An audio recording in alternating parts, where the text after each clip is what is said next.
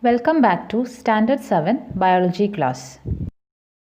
In yesterday's class, we have discussed about the first two types of animal tissues, that is epithelial tissues and connective tissues. You have learned the first two types of connective tissue, that is connective tissue proper and supportive connective tissue. So today we will begin with the remaining part of the connective tissue, that is fluid connective tissue. The two main types of fluid connective tissues are blood and lymph. Blood is a red colored fluid that flows through the blood vessels within our body. It carries oxygen and nutrients to different tissues and cells of the body. It also collects the metabolic waste from all body cells for excretion. Blood consists of two major components, that is plasma and blood cells. Plasma is the fluid part of blood. It is straw colored and it contains about 90% of water.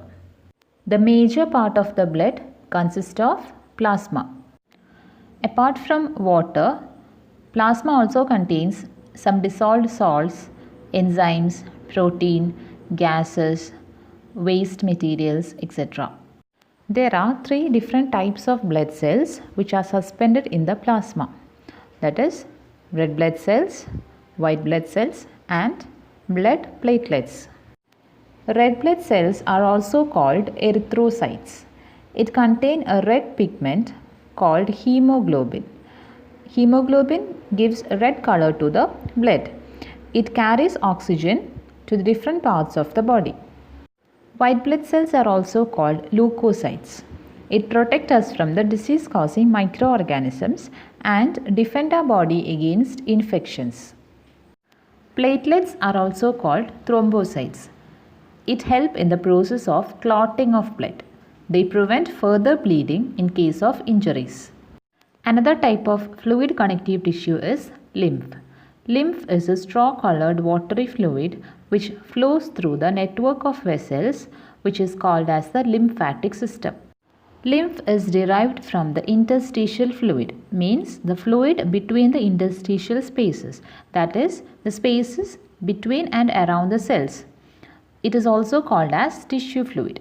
Lymph contains some amount of white blood cells, water, proteins, glucose and salt. It mainly protects us from infection. Next, let's discuss the third type of animal tissue, that is muscular tissue. Muscular tissues are made up of elongated cells which can contract and relax, thus helping in the movement of body parts. There are three types of muscular tissues, that is striated muscles, unstriated muscles and cardiac muscles. The first type of muscular tissue is striated muscles. These are made up of long and cylindrical cells.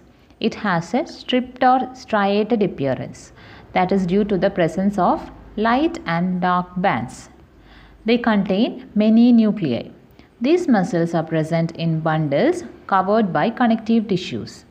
Since the striated muscles are found attached to the skeleton, it is also called as skeletal muscles. They help in the movement of arms and legs. Striated muscles are called voluntary muscles because the contraction and relaxation of these muscles are under our control. The second type of muscular tissue is unstriated muscles. It is made up of spindle-shaped cells with a nucleus located at the center. These muscles do not have striations and thus they are called smooth muscles or unstriated muscles.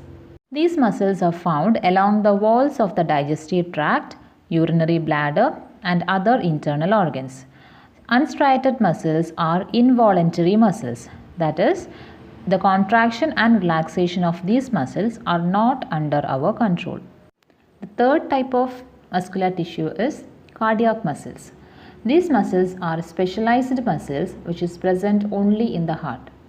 It helps the heart to pump blood to all parts of the body due to its rhythmic contraction and relaxation.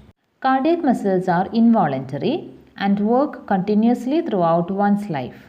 Cardiac muscles are cylindrical and striated and it resembles the skeletal muscles in the structure.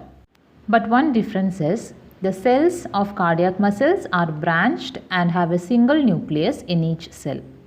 Next, we move on to the last type of animal tissue, that is nervous tissue. Nervous tissue is found in the brain, spinal cord and peripheral nerves that branch out throughout the body.